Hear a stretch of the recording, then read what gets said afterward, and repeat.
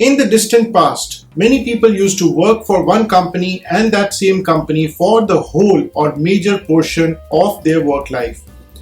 But now the world of work has vastly changed. You're more likely to shift between jobs and organizations to find the right lifestyle, role, or challenge that you want.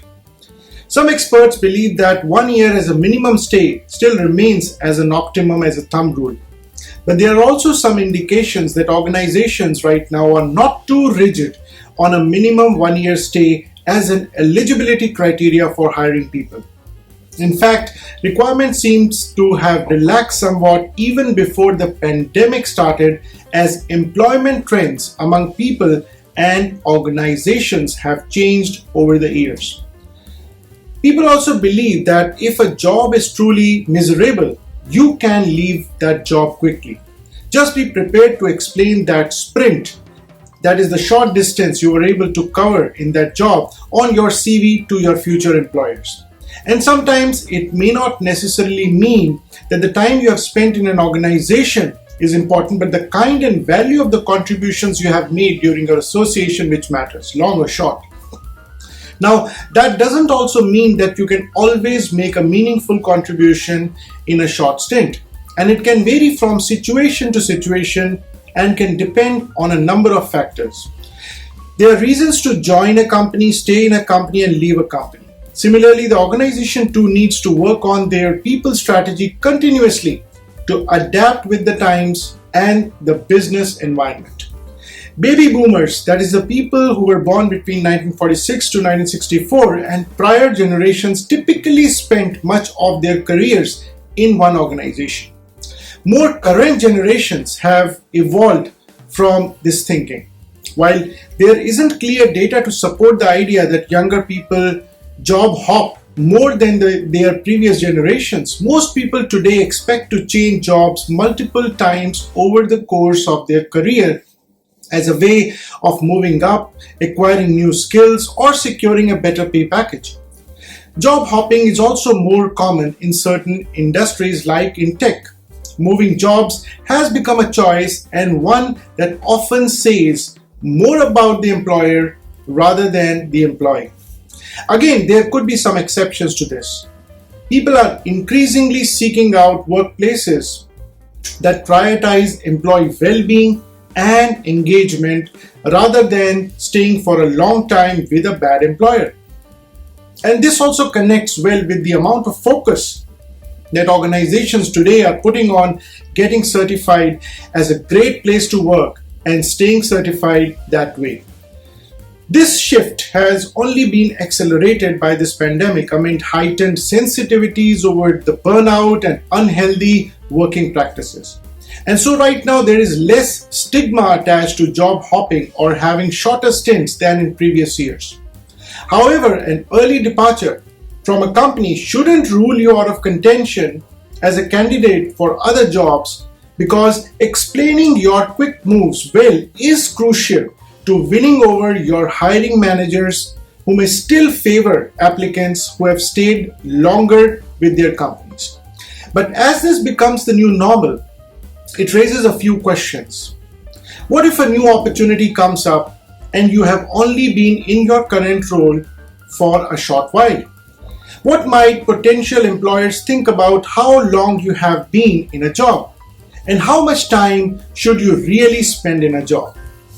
As employment and workplace continue to undergo overwhelming change amid the pandemic and its effects, what is the current view of a good work association with a company? Let's explore this topic in this video basis my discussion with experts, and I will also share some of the interesting findings and conclusions. But before we begin, I will request you to like this video so that it stays with you as your future reference, and also subscribe to my channel on YouTube if you haven't done already, because we regularly post content to help you grow, succeed, and find solutions to your business, career, and life situations.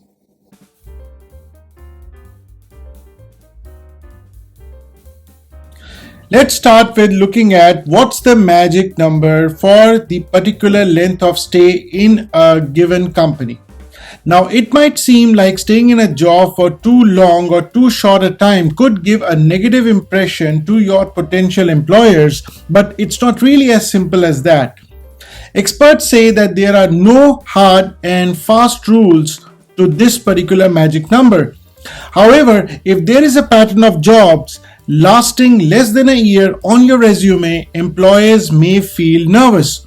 What this means is it's important to be ready to talk to your potential new employer about why you were in a job for that specific amount of time and to present all of it in a good light. Next, it's about quality and not quantity.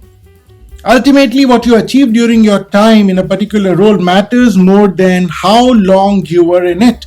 Future employers do look at and will give weightage to how long you have worked for an employer and want to know what your achievements were during that time.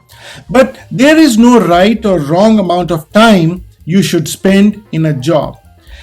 In your career, you will enter different phases, whether it's your first job out of college or university and you are keen to gain experience and move on to the next opportunity, or you have just landed your dream role and want to progress your career within that organization.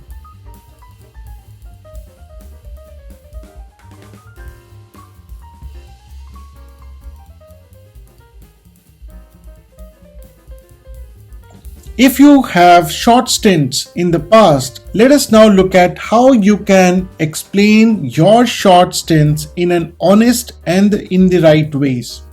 See, hiring managers want to know why you want to be there just to get some reassurance that you will stay. And so they may also want to know how you left things with your old employer. So explain how you decided to leave your former organization, but still you organized a robust handover and agreed to a leaving date that wouldn't leave your team in the lurch, even if it is after just a month. And if you can do that, then you can demonstrate reliability and commitment even while moving jobs quickly. If the job you left was very different to what was advertised or promised to you, it's okay to explain that. Oftentimes, companies and hiring managers don't take the time to give a realistic preview for a job, or they may not do the legwork to know the dynamics of the job well enough and translate that to the employee. So the employee comes in thinking the job is one thing and it ends up being something totally different. So in general, when explaining a speedy departure, the key is to be upfront and be able to provide context to your employer. Focus on the good things linked to the new role rather than taking a deep dive into what went wrong at the previous job. If a potential employer asks you about your past experiences that you know were not ideal, it's better to keep the discussion diplomatic and focus instead on why you are excited about the role at the company. What this means is that you focus on what you bring to a job and why it excites you, and means more to a hiring manager than what you have left behind. So convincing a potential employer that you are the right hire despite a little job hopping may ultimately come down to whether they believe that the skills that you bring outweigh the risks around whether you will stay.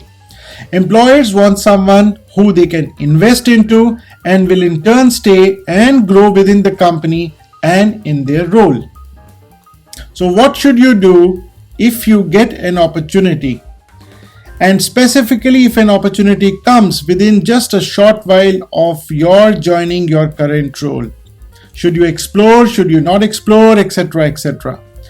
It's important that you don't stay in a role that's not right for you just because you feel like you should. Staying in the wrong job and for the wrong reasons can be just as harmful for you as an employee as well as your employer. If you are considering leaving an organization or role, the time that you have spent there might be just one factor, but among others, it's also important to focus on whether you are contributing, whether you are continuously developing your skills, etc. If you feel like you can make progress in your current role, it makes sense to stay.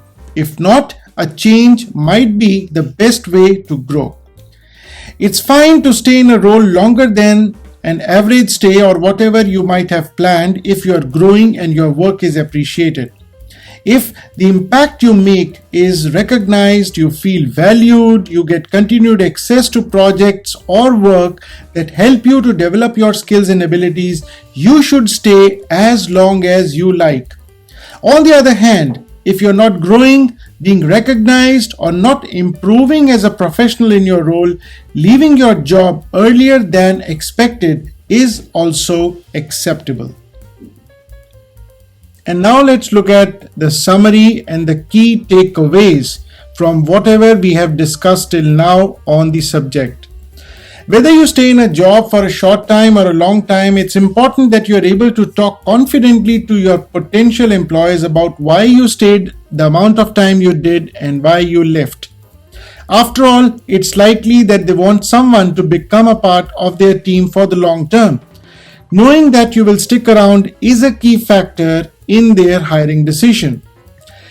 As well as explaining why you left, it's also worth focusing on what you achieved and contributed in your time with your previous employers.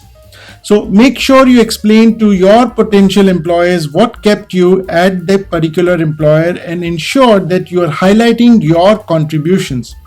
Showing that you spent a considerable amount of time in a job can help your potential employers feel comfortable in investing in your talent and also selecting you for that role. But it's not the only thing that counts. So if you're going for a job, being able to talk positively about why you spent the time you did in a particular role and what you achieved is key. And in the end, you shouldn't have to stay in a role because you feel you should. What matters more is that you are in the right role for you as per your career goals. I hope you found this video useful. Please give us a like and also subscribe to my YouTube channel if you haven't done already, as we regularly post content to help you grow, succeed, and find solutions to your business, career, and life situations. Thanks for watching.